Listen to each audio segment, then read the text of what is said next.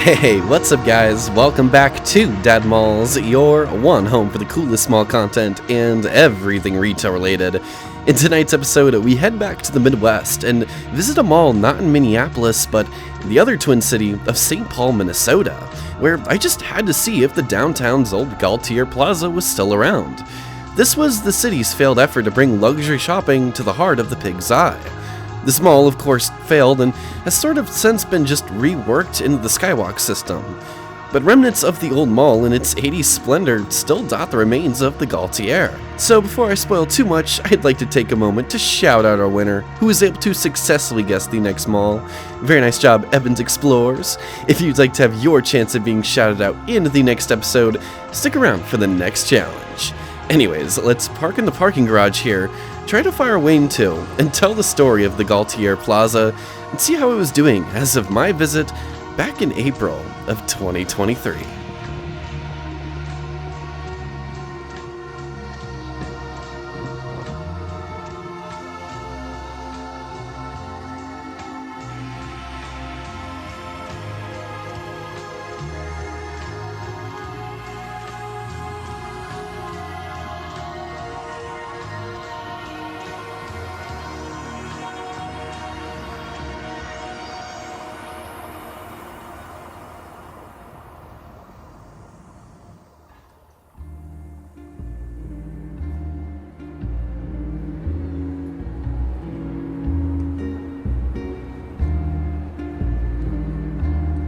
Now, when initially walking into Galtier, you are struck with two feelings. First, just how quiet and dead it is.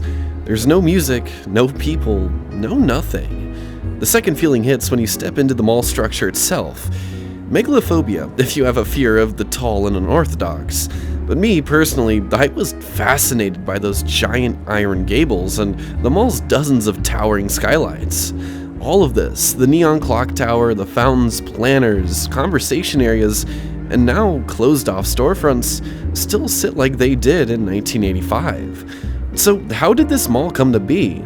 And how did it end up like this? Well, as the music takes us up, and away into the dreamy-like aesthetics of those ceilings, let's begin the story of Galtier Plaza. Find out how it all went downhill for the city within a city.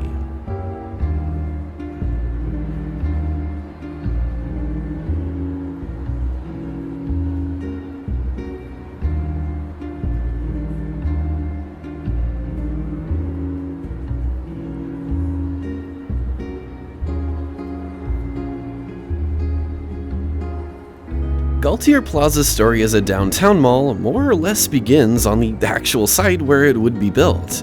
Prior to the 80s and the city's revitalization efforts to fix up a dying downtown, Block 40, as it was then known, was just your average city block, sitting just west of Mears Park.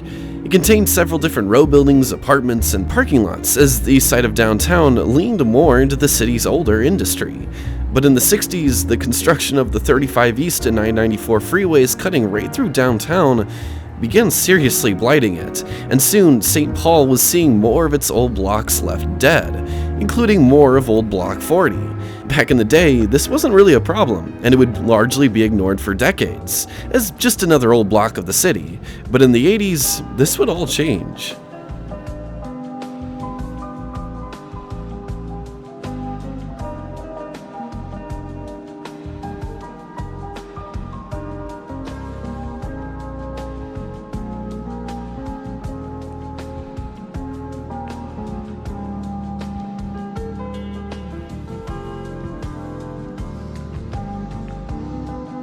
Elegance amongst verticality is the theme of tonight's episode, so I hope you all enjoy the fabricated vapor jazz as it blares over the speakers, and we begin our way up the mall.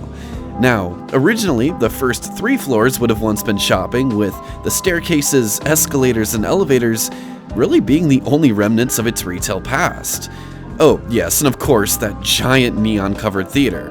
We'll head up and see that soon.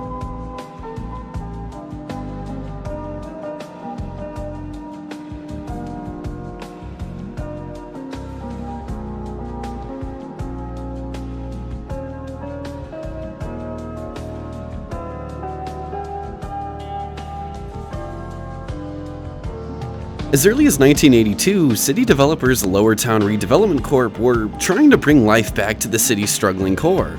LRC had been eyeballing Block 40 for years and would finally purchase with the intent to redevelop in 1983. Located on Mears Park, the future development would be much more than a mall. LRC hired Boss Claire and OmniVenture was setting out to create a city within a city, a place so grand and eloquent that it would simply put all other downtown malls to shame. To feature an 800-car subterranean parking garage, over 150,000 square feet of retail space, offices, restaurants, a food court, YMCA, a giant new apartment tower on top, and for it to all be fully integrated and connected to the city skywalks, Galtier Plaza, named after Father Lucien Galtier of St. Paul, would become LRC's baby, and construction would very quickly begin. All seemed to be going smooth, but truthfully, under the covers, troubles were already brewing.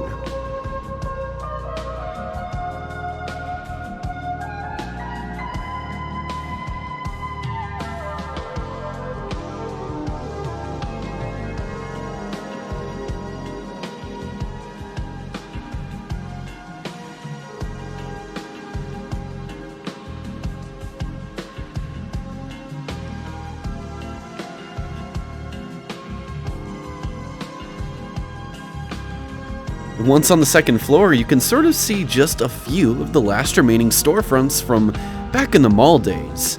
And now, while a lot of these have been converted into offices or apartments, this small portion of the second story still reminds us just a little bit of what once was.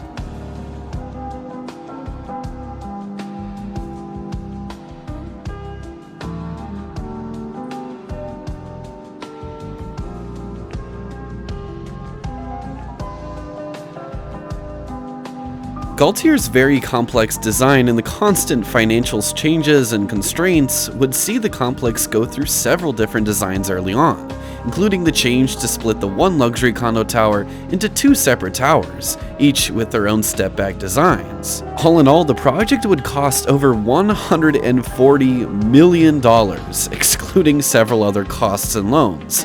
This constant financial struggle, along with its location, construction delays, and bad timing with luxury brands turned away after an economic recession, was setting Galtier Plaza up for failure. Put simply, poor planning and the mishmash of different ideas would have this brand new 3-story luxury mall opening with less than a quarter of all of its stores. How would the mall brave its life with all of these constraints? As fall of 1985 came around, answers would soon come.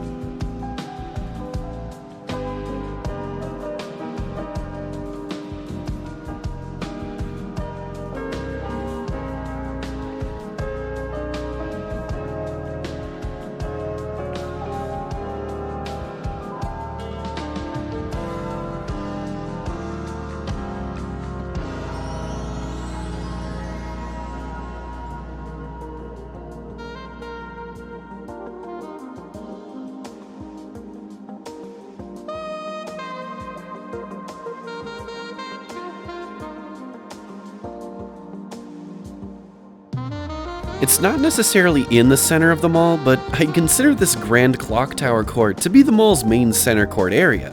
Back in its day, and as you'll see coming up, when Galtier was still sort of alive, this area would have been the only thriving portion, as the food court once rested up on that third floor. And just below, in that huge conversation area, would have once been the mall's palm trees, fountains, checkerboard tables, and several neon-lit stores. And seeing it like this, in a decaying state, just makes that pill harder to swallow, that it isn't anywhere as beautiful as it used to be.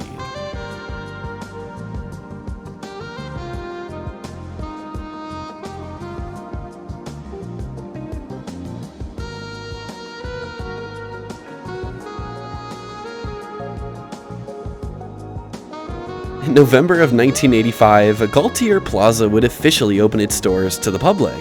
Not necessarily in any grand way, as it would never garner too much attention, but more in a soft opening.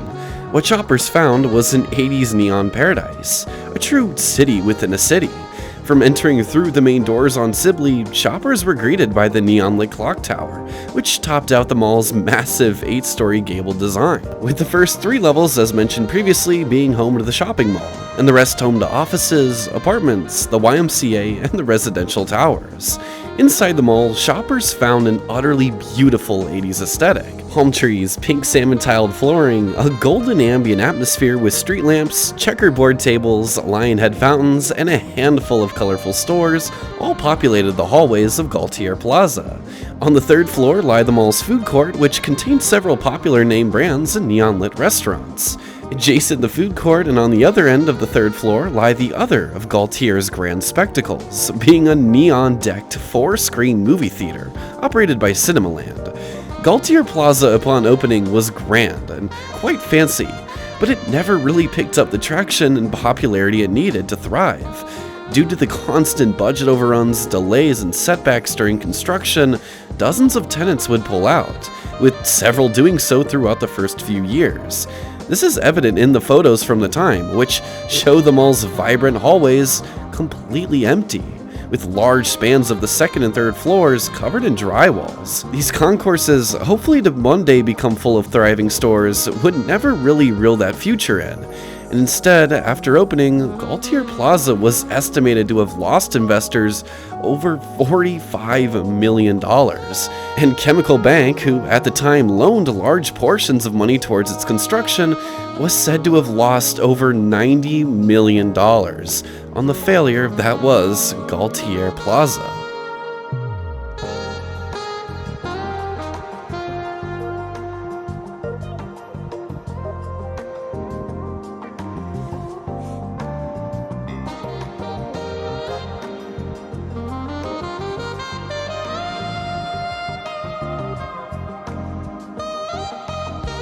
Before we actually get up to the 3rd floor, I just have to ask, does anyone remember what any of these stores would have once been? Any St. Paul or Metro locals that happened to get a glimpse of Galtier back in the day? What was it like back in those neon years?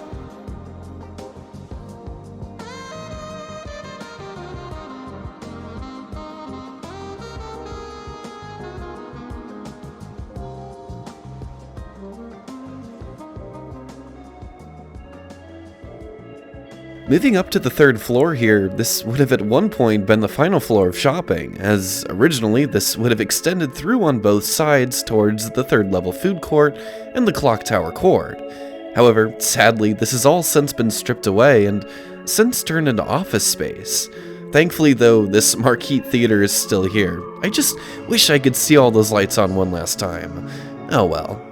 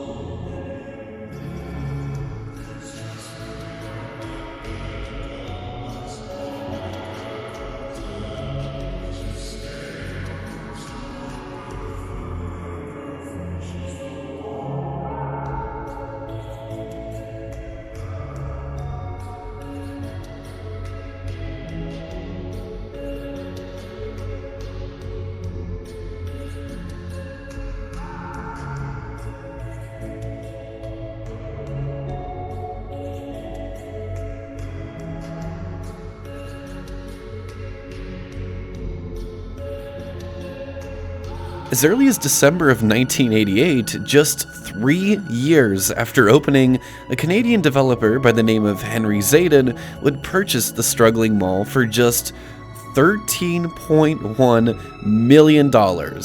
Remember, it cost over $140 million to build this thing, just 3 years prior. Even this article from '88 lists the mall as largely empty and unfinished when it opened in '85. Zayden's vision was to market the dying mall as more of a service center for the downtown area, beginning by relocating the food court from the third to the first floor, and converting several old storefronts and walled-off areas into offices.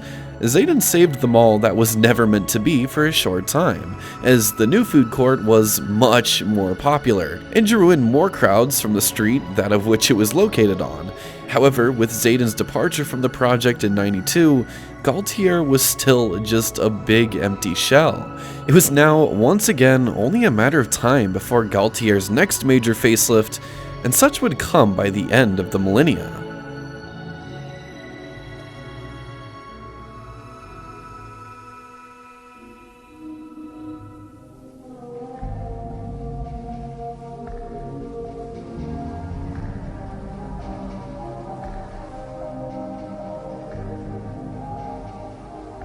At this point of the journey, I was in desperate need to find a bathroom, so I slipped into the side hallway and finally found one. But who puts a lock on a public bathroom? Now you're just torturing me at this point.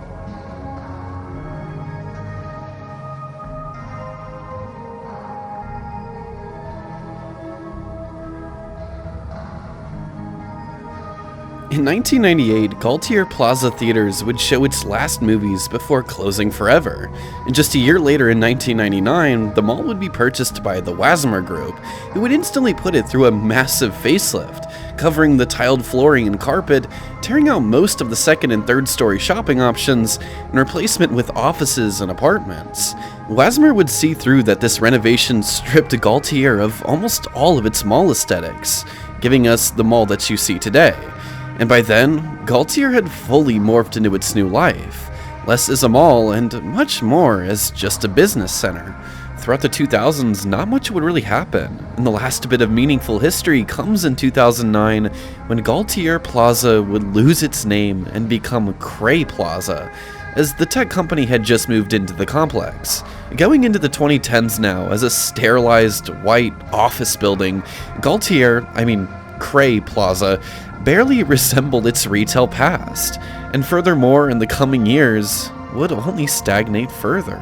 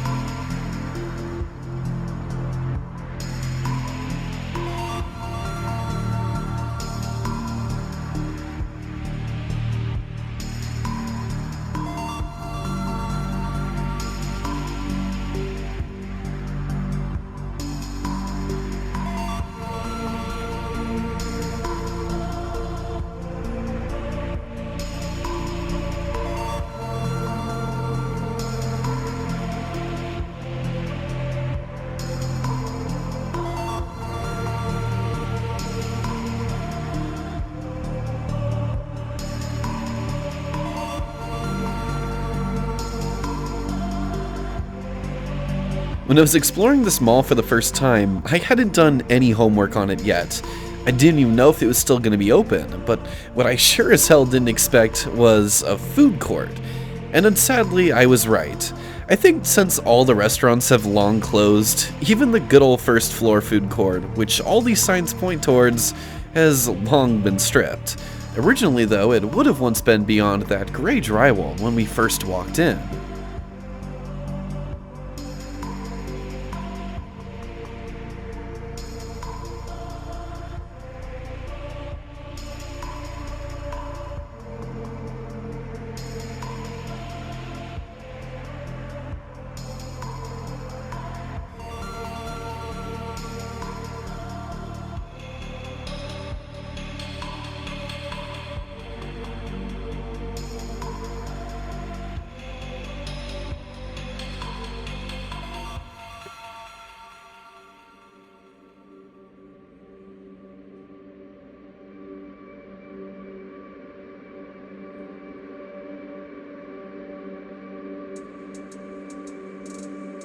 In 2017, Cray Inc. would leave the complex as they moved down to nearby Bloomington, leaving the Cray Plaza? I don't know.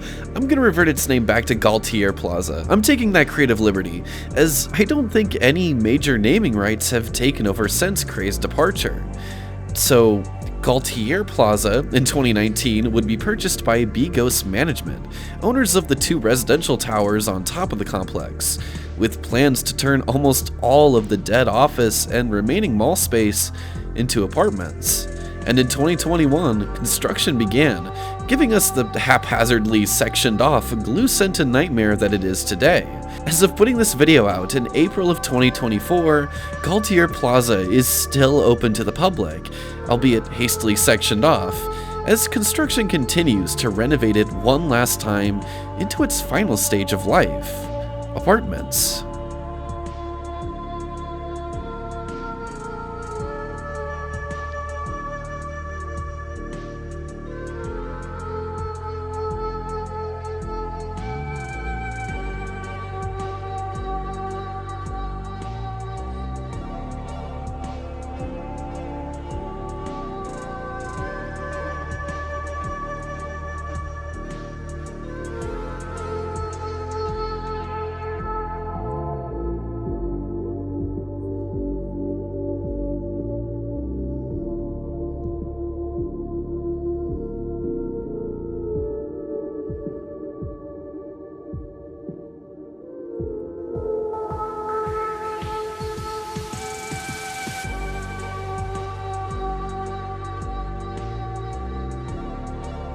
So usually I ask you guys what you think the future holds for these malls, but I guess in the case of Galtier Plaza, its future is already set.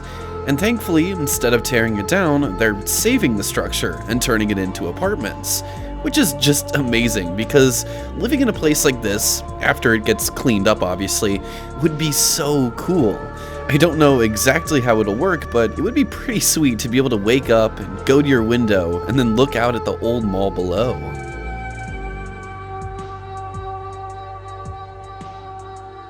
In the next set of clips, I was trying to head back through and capture a few more interesting areas. Coincidentally, that involved using the janky elevators, which, I swear, purposefully take you to the wrong floor.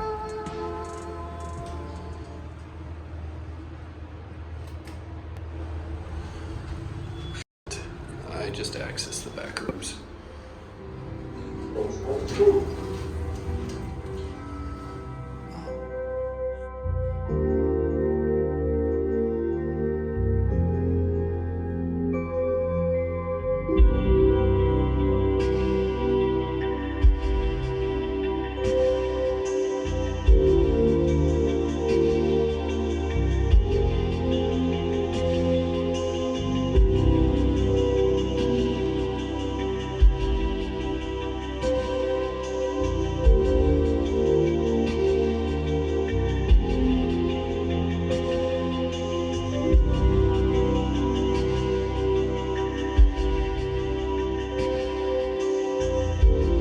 Guys, I want to thank you all so much for watching tonight's episode. As we go out on one of my favorite Desert Sands tracks, we just go through one more time and check out some of the mall's most beautiful architecture. But folks, seeing Galtier Plaza and its 80s architectural remains was so cool, and I'm so glad I was able to see this place at least once. If any of you are ever in the area, stop in, walk the halls, get lost, and don't pass out from the paint thinner scent. If you guys enjoy my Dead Mall videos, hit the sub button so you don't miss out on future Dead Malls episodes. And be sure to check out the Patreon for even more exclusive sneak peeks and bonus content. Next week we'll be live at a mall of your choosing, but 2 weeks from now we'll be back once again, this time down in central Illinois to see a tiny mall. A mall which was once just a collection of sheds and outbuildings. Guess which mall we'll be at, and I'll shout you out in the next episode. But until then, have yourselves a lovely evening, and peace out guys. See you later.